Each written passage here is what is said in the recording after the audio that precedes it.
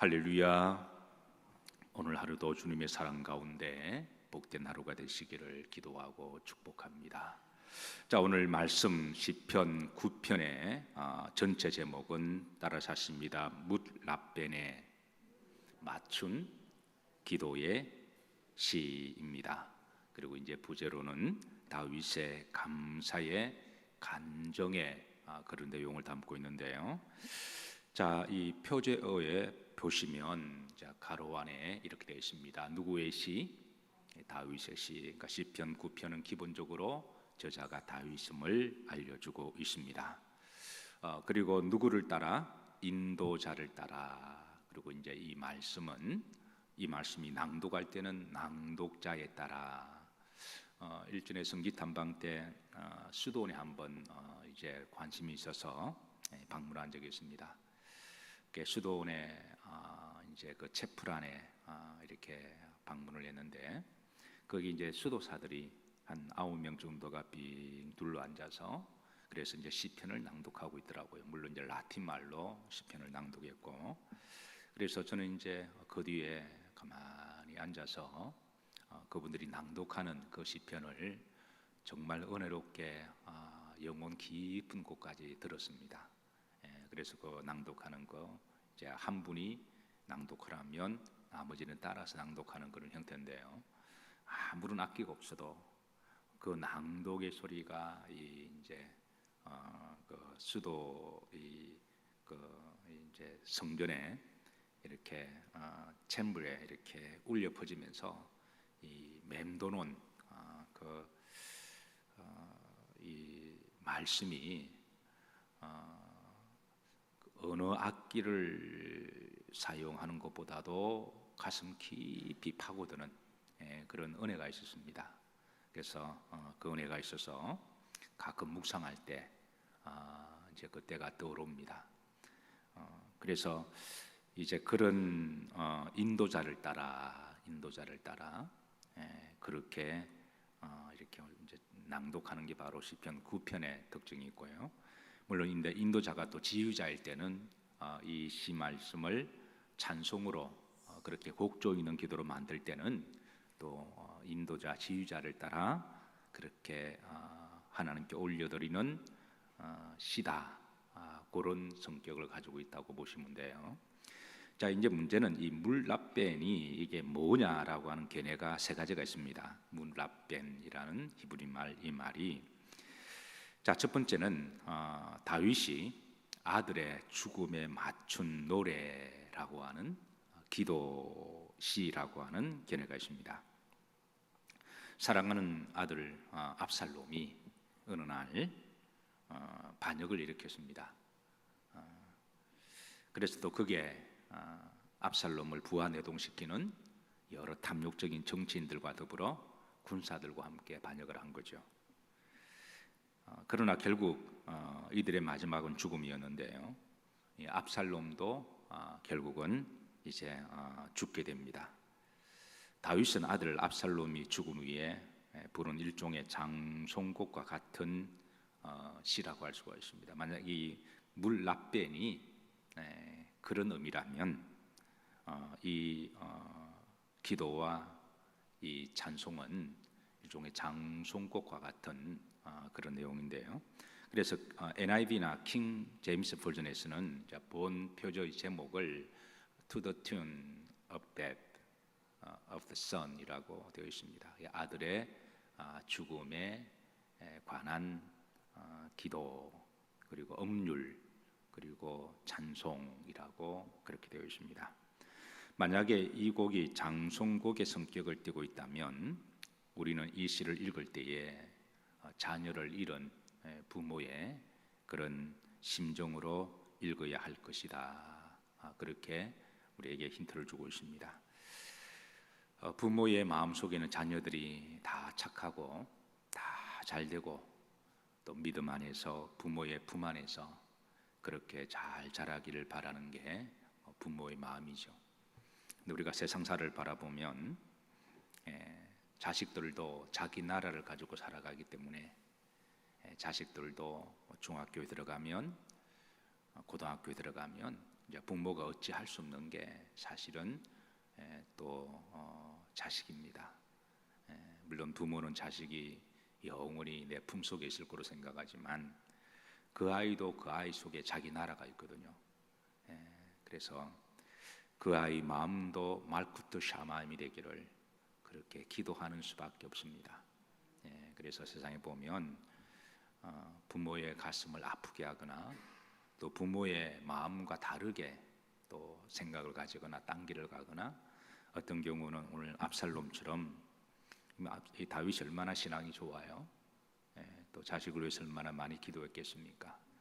그런데 아버지 의도와 다르게 정 딴 길로 갔다가 그냥 대못을 받고 반역을 해서 그렇게 해서 결국은 죽음을 당했을 때 이 땅의 모든 부모의 자식들이 그럴 때의 동일한 마음이라고 할 수가 있는데요.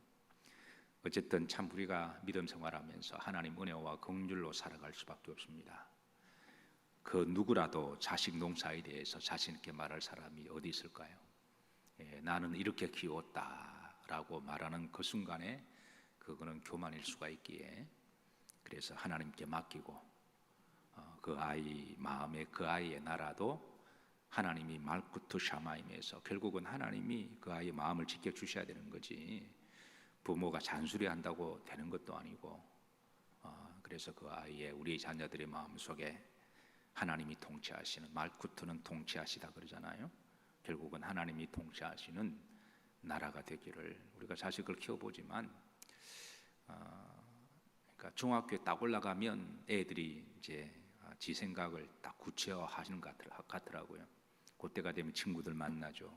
학교 가서 배우는 게 머리가 조금 튈 때니까 초등학교까지는 그냥 뭐 엄마밖에 없다 아빠밖에 없다 그냥 이렇게 하지만 성경 말씀대로 자고새처럼 자식이 부모의 품 안에 있다가 자고새가 날아가는 것처럼 그냥 중학교쯤 되면 그게 그런 성향이 보이더라고요.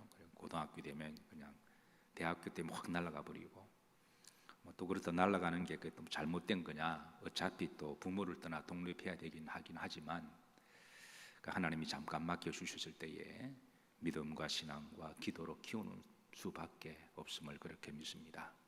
이 땅의 믿음에 우리 자녀들에게 말쿠트 샤마임이 임하시기를 기도하고 소망하고 축복합니다. 자, 두 번째 이 물랍베는 악기의 종류로 보는 견해가 있는데요. 그래서 NJB라고 하는 영어 성경에는 이게 이제 오보에와 하프에 따라서 부르는 기도와 시다라고 번역을 했어요. 만약에 이 견해가 맞다면 오늘 시편 9편은 특히 악기 가운데 오보에나 하프를 연주하면서 낭독을 하거나 또 이런 악기를 배경에 쫙 깔아놓고 기도를 하면 아마 더 은혜가 되지 않을까 그렇게 생각이 되어집니다.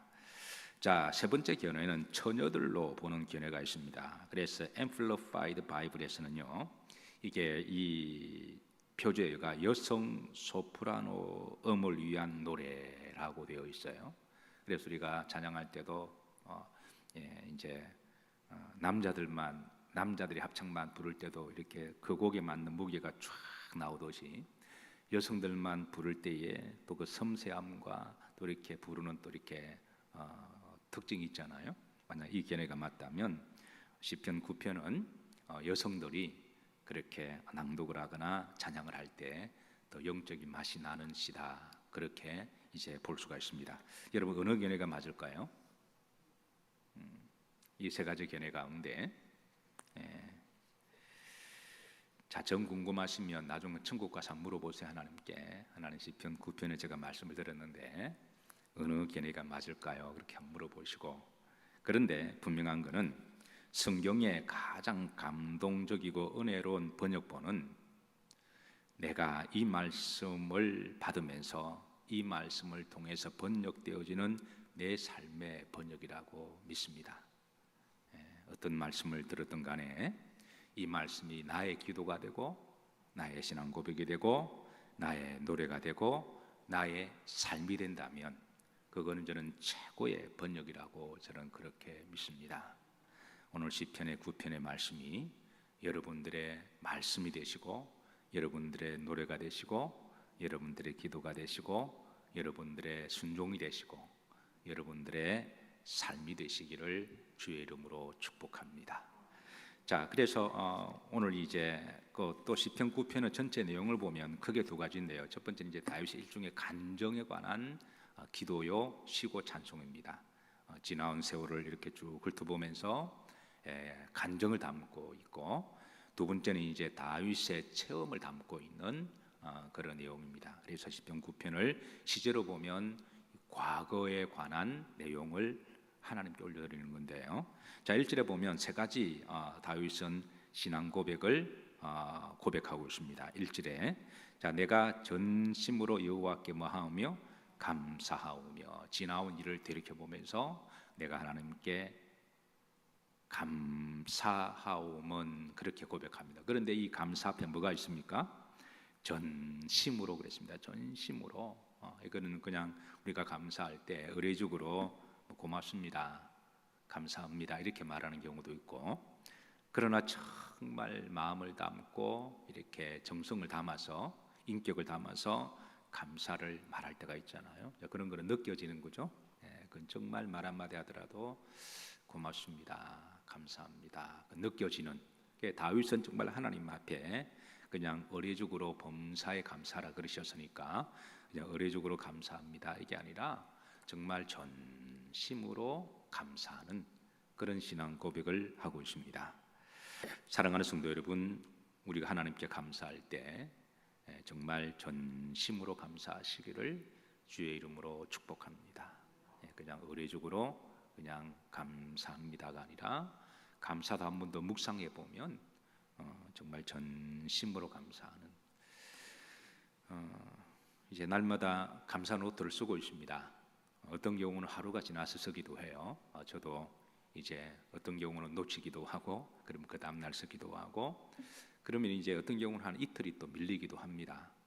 그래서 그러면 또 이제 다시 이제 이틀 전 그렇게 생각하는데, 어떤 경우는 정말 시간 없을 때는 그냥 근성으로 쓸 때가 있어요. 그러면 나 스스로 이게 지금 많은 거지 그렇게 하면서 다시 잠깐 마음을 가다듬고 전심으로 이렇게 적으려고 애를 쓰고 있습니다. 어쨌든 오늘 하루도 여러분 전심으로 감사하시는 복된 하루가 되시기를 기도하고 축복합니다. 자, 두 번째 다윗의 1절 가운데 신앙의 고백은요, 주의 모든 어떤 일들 기이한 일들이라고 표현하고 있습니다. 주의 모든 기이한 일들, 단수입니까 복수인가요? 복수죠. 기이한 일들. 자, 주의 모든 기이한 일들에 대해서 전심으로 뭐 하고 있습니까? 감사하고 있다고 고백합니다. 주의 모든 기이한 일들, 무슨 복수입니다. 그리고 이게 이제 기이한 일들에 대해서는, 기이한이라는 말은 우리가 인간의 말로 설명할 수 없는 상황이나 일들을 만날 때 우리가 기이하다라는 말을 써요. 그리고 그 문제가 풀리는 것도 인간의 이성이나 노력이나 어떤 방법이 없을 때 우리가 그럴 때가 있잖아요. 정말 기이하다, 이거는 인간의 생각이나 말로나 상황적으로 볼 때 내가 이해할 수 없고, 이해할 수도 없을 뿐더러 이 문제를 내가 풀 수도 없을 때, 그런 일들이 우리가 살아가다 보면 있습니다. 어떤 경우는 내 머리나 노력으로 할 수 있는 것들이 있고, 어떤 경우는 내가 생각도 못하고 내가 풀 수도 없는 그런 일들을 또 뭐라 설명하라 그러면 설명하기도 참 애매해요. 어휘력도 부족하고 또 내가 표현할 수 있는 그 지성의 한계도 있으니까, 그래서 어떤 말도 표현할 수는 없지만 그러나 어떤 그런 일들 우리가 기이하다 이야기하죠. 다윗도 인생을 살아가면서 인간의 말과 상식으로 이해할 수 없고 남들에게 또 설명할 수도 없는 그런 기이한 일들을 많이 당했다고 하는 거예요. 그런데 그 기이한 일들 중에 복수입니다. 그 기이한 일들로 인해서 뭐하다? 전심으로 감사하다는 거예요.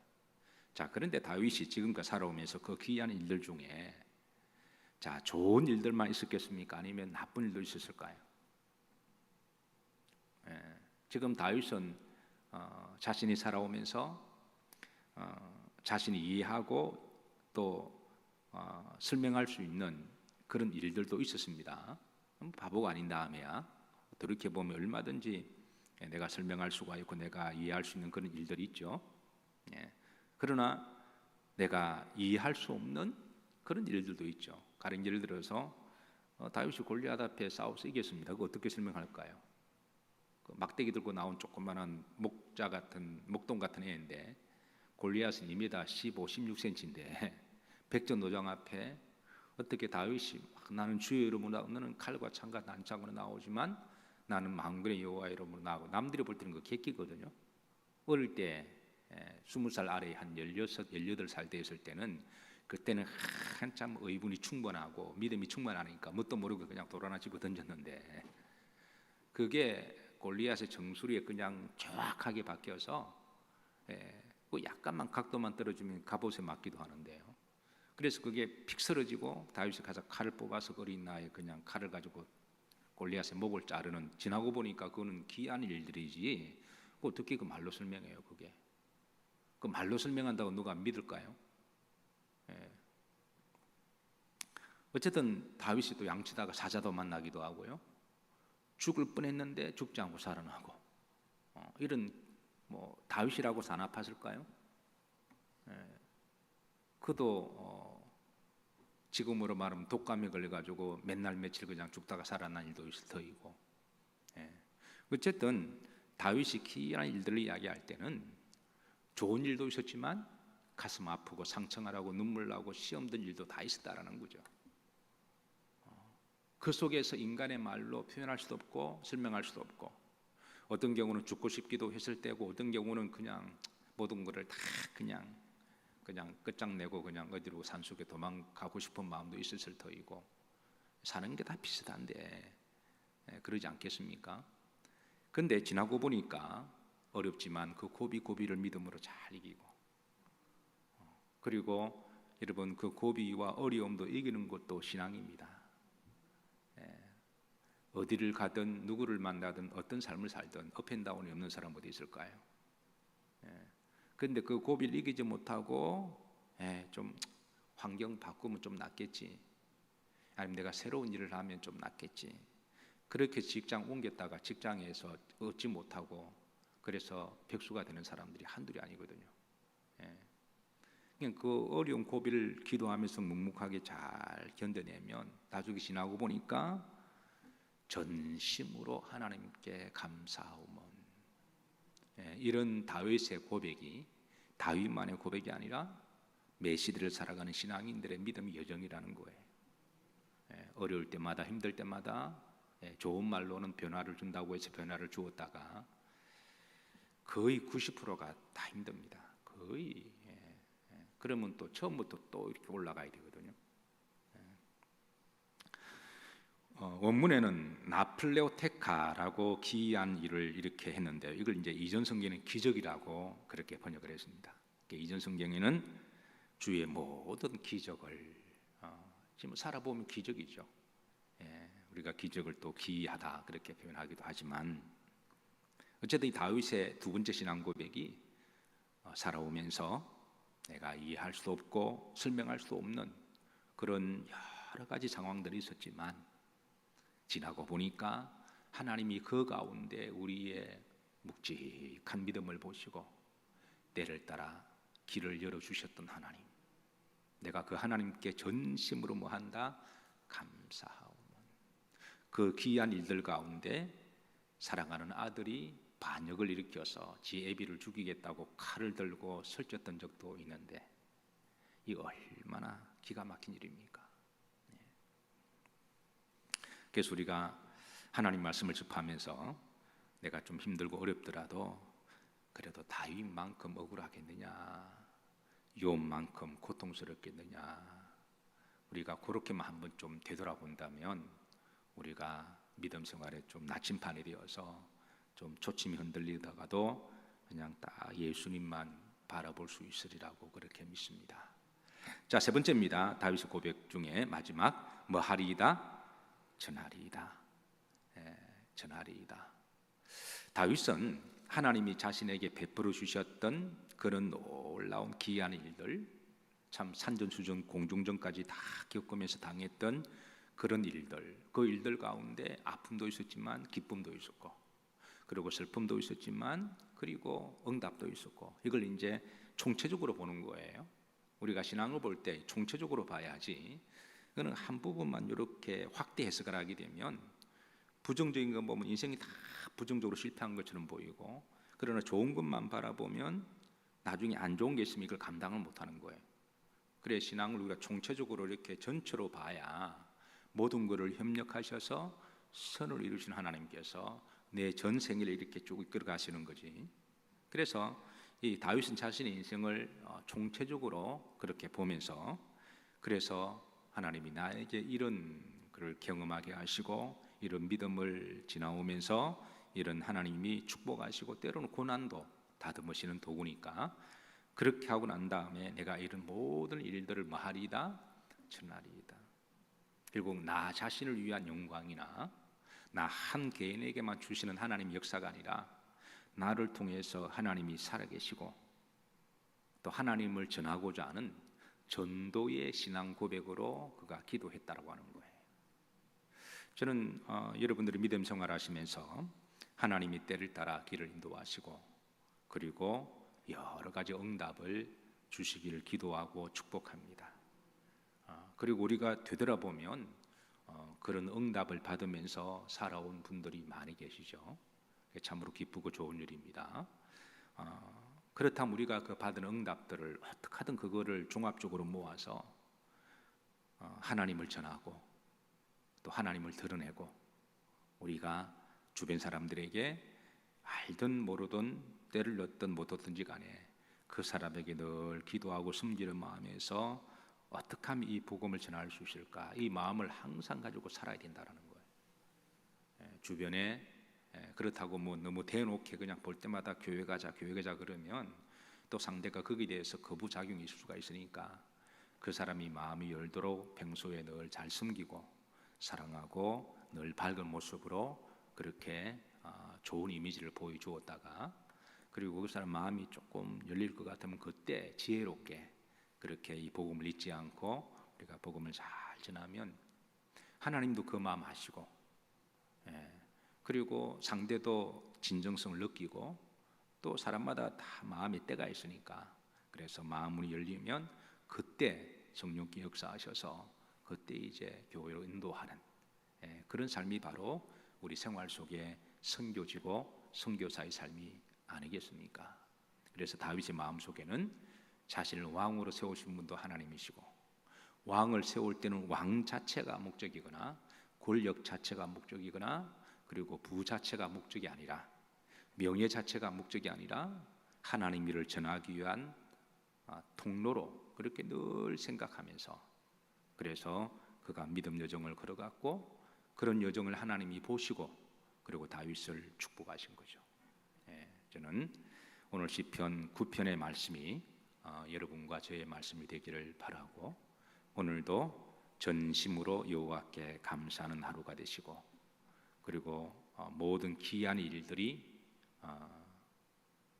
또 기적과 같은 일들이 하나님이 주관해 주시고 또 그런 일들을 또 주변 사람들에게 지혜롭게 겸손하게 은혜롭게 잘 전하시는 하루가 되시기를 주의 이름으로 축복합니다. 찬송 들으십니다.